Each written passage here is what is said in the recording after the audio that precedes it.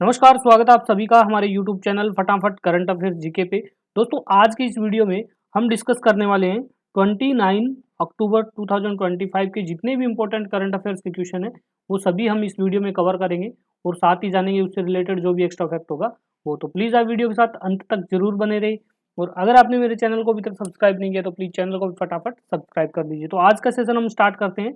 आज का हमारा पहला नंबर क्वेश्चन है, हाल ही में पीएम धन धान्य कृषि योजना में शामिल होने वाले तमिलनाडु के 4 जिले कौन से बने हैं? तो तमिलनाडु के 4 जिलों में पीएम धन धान्य कृषि योजना की शुरुआत की गई है। कहाँ पे है? तो ये रामनाथपुरम, शिवगंगा, थोटुकुडी और वर्धनगर में इसको शुरू किया गया है। तो ऑप्शन नंबर 2 यहाँ पे राइट होगा। ठीक है। बात करें हम प्रधानमंत्री धन धान्य कृषि योजना की, तो इसको यूनियन मिनिस्टर है हमारे श्री शिवराज सिंह चौहान, जो मिनिस्टर ऑफ एग्रीकल्चर और फार्मर वेलफेयर के हैं। उन्होंने तमिलनाडु में 4 जिले रामनाथपुरम, शिवगंगा, थन्नकुडी, वर्धनगर में पीएम धन धान्य कृषि योजना को शामिल करने की घोषणा की है। और प्रधानमंत्री धन धान्य कृषि योजना है, इसकी शुरुआत 16 जुलाई 2025 को की गई है। यूनियन कैबिनेट के द्वारा इसको मंजूरी दी गई है और ये फाइनेंशियल ईयर 2025-26 में लागू हो गई है। ठीक है। पीएम धन धान्य कृषि योजना इसको लॉन्च किया गया है 11 अक्टूबर 2025 को। ठीक है। और लगभग इसमें 24,000 करोड़ रुपए का बजट रखा गया है नेक्स्ट 6 ईयर के लिए। ठीक है। नेक्स्ट क्वेश्चन है, हाल ही में कैथरीन कॉनोली कौन से देश की 10वीं प्रेसिडेंट के रूप में नियुक्त की गई है? तो कैथरीन कॉनोली है, ये 10वीं प्रेसिडेंट के रूप में नियुक्त हुए आयरलैंड की। तो ऑप्शन नंबर 2 यहाँ पे राइट होगा, आयरलैंड। ठीक है। 24 अक्टूबर 2025 को आयरलैंड में प्रेसिडेंट इलेक्शन है वो आयोजित किए गए थे, जिसमें कैथरीन कॉनोली है, इनको 63% मत मिले हैं। ठीक है।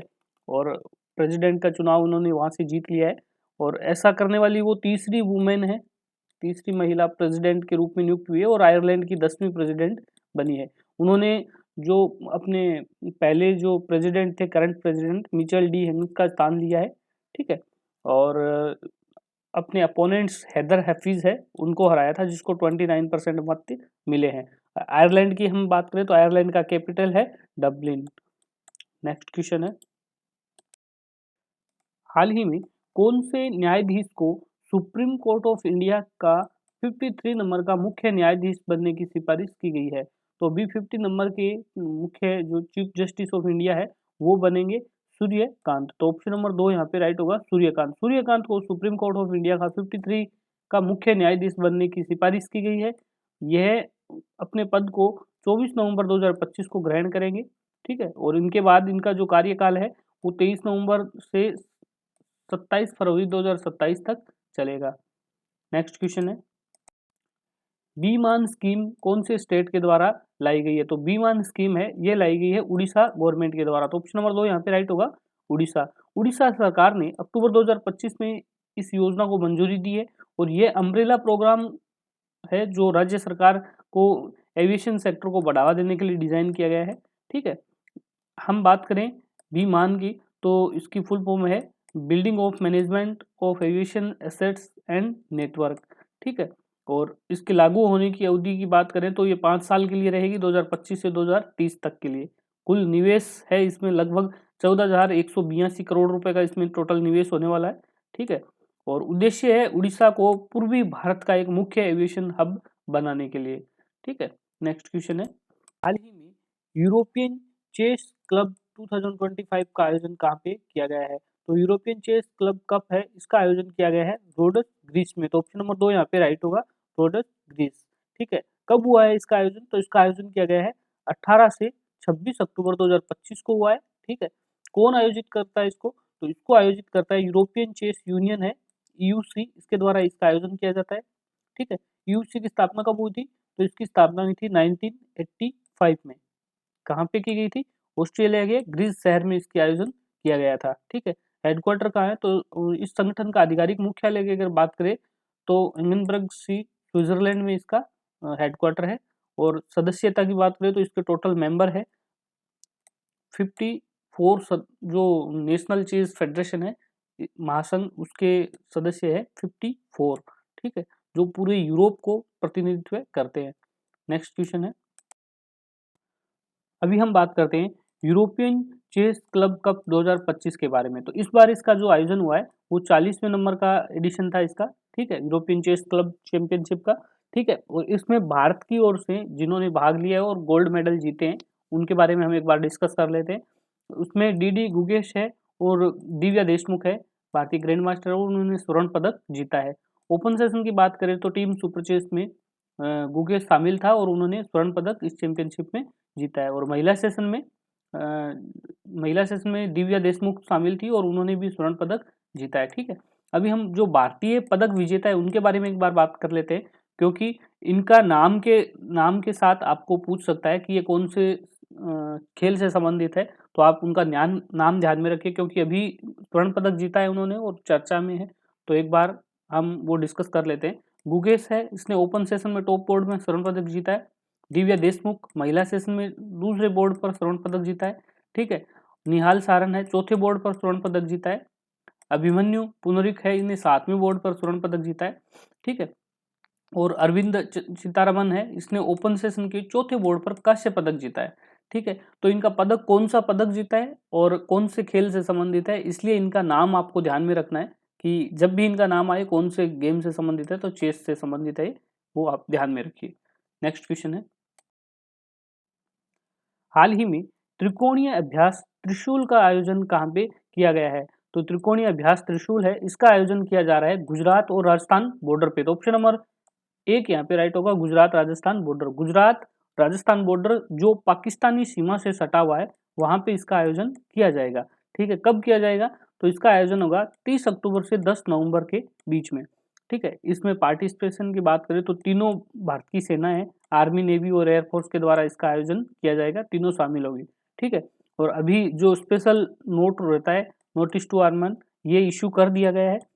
ये इसका क्या मतलब होता है, जब मतलब ये अभ्यास त्रिकोणीय अभ्यास त्रिशूल का आयोजन किया जाता है तो एक पायलट को नोटिस इशू किया जाता है, और उस नोटिस में यह रहता है कि कोई भी पैसेंजर फ्लाइट है वो एक नो फ्लाई जोन बना दिया जाता है, एक एरिया घोषित कर दिया जाता है, उस एरिया में वो पैसेंजर प्लेन है वो एंटर नहीं करेगी, क्योंकि वहां पे ये ऑपरेशन अभ्यास त्रिशूल है, इसका आयोजन किया जाएगा, तो उससे पहले ही ये नोटिस इशू कर दिया जाता है।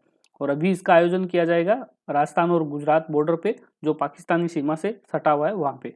नेक्स्ट क्वेश्चन है, हाल ही में फ्रेंच ओपन का मेन सिंगल टाइटल है 2025 का, ये किसने अपने नाम किया है? तो वो किया है एंड्रस एंटोनसन ने। तो ऑप्शन नंबर 2 यहाँ पे राइट होगा, एंड्रस एंटोनसन, ठीक है। बैडमिंटन वर्ल्ड फेडरेशन BWF की वर्ल्ड टूर सुपर 750 श्रेणी की यह प्रतियोगिता थी, ठीक है। इसका आयोजन कब किया गया था? तो इसका आयोजन हुआ है 21 से 26 अक्टूबर 2025 को फ्रांस के सिसो सेविगन में स्थित ग्लांज एरांस में इसका आयोजन किया गया है। और इस बार फ्रेंच ओपन का ये 92 नंबर का संस्करण आयोजित किया गया था, फ्रेंच ओपन का, ठीक है। पुरुष एकल विजेता की अगर बात करें तो एंड्रस एंटोनसन है, जो डेनमार्क के है, ठीक है, उन्होंने शीर्ष स्थान प्राप्त किया है।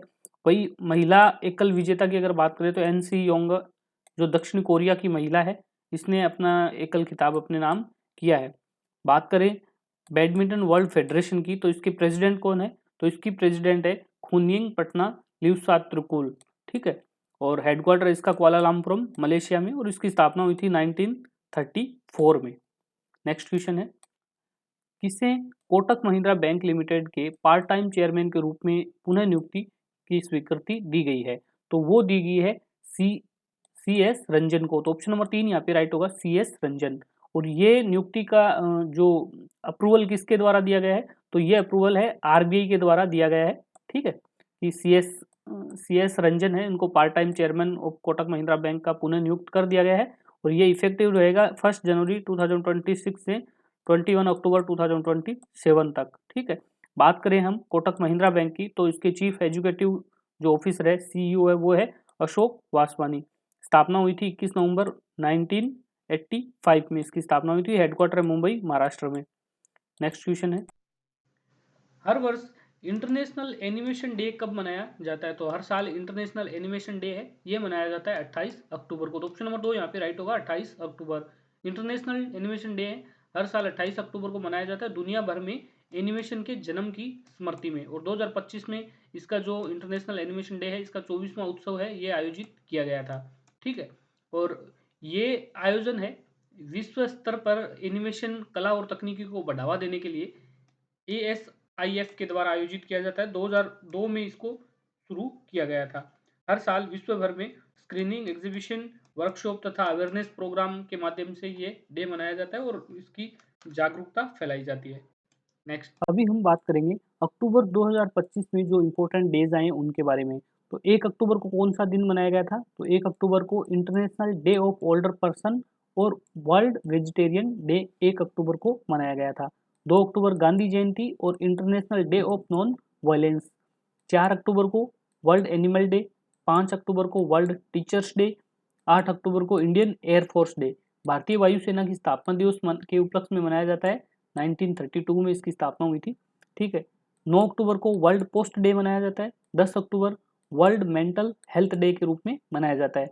11 अक्टूबर international day of the girl child, बालिकाओं के अधिकार और सशक्तिकरण के लिए दिन मनाया जाता है। 13 अक्टूबर को international day of disaster risk reduction, आपदा प्रबंध और जोखिम न्यूनीकरण के लिए दिन मनाया जाता है। वहीं 14 अक्टूबर को वर्ल्ड स्टैंडर्ड्स डे मनाया जाता है। 15 अक्टूबर ग्लोबल हैंड वॉश डे, स्वच्छता और स्वास्थ्य के लिए हाथ धोने की आदत को बढ़ावा देने के लिए ये दिन मनाया जाता है। ठीक है। 15 अक्टूबर को मनाया जाता है वर्ल्ड स्टूडेंट्स डे। ठीक है। डॉक्टर APJ अब्दुल कलाम की जयंती पर शिक्षा को समर्पित करने के लिए ये दिवस मनाया जाता है। 16 अक्टूबर है वर्ल्ड फूड डे। ठीक है। खाद्य सुरक्षा और पोषण कृषि विकास के लिए मान्यता देने के लिए वर्ल्ड फूड डे मनाया जाता है 16 अक्टूबर को। 17 अक्टूबर को कौन सा दिवस मनाया जाता है? International day of the eradication of priority. ठीक है। गरीबी उन्मूलन और सामाजिक समानता के लिए दिवस मनाया जाता है। 20 अक्टूबर को मनाया जाता है इंटरनेशनल सॉलिडेरिटी डे। भारत और चीन युद्ध को 1962 के जो सैनिक है उनके बलिदान को याद करने के लिए दिन मनाया जाता है। और 20 अक्टूबर को अदर डे है वर्ल्ड स्टैटिक्स डे। हर 5 वर्ष में एक बार मनाया जाता है सांख्यिकी की महत्वता को जागरूकता बढ़ाने के लिए। तो दोस्तों, आज का हमारा वीडियो यहीं पे समाप्त होता है। आपको वीडियो कैसा लगा प्लीज़ कमेंट बॉक्स में आप जरूर बताइए। और अगर आपने मेरे चैनल को अभी तक सब्सक्राइब नहीं किया तो प्लीज़ चैनल को भी फटाफट सब्सक्राइब कर लीजिए। Thank you.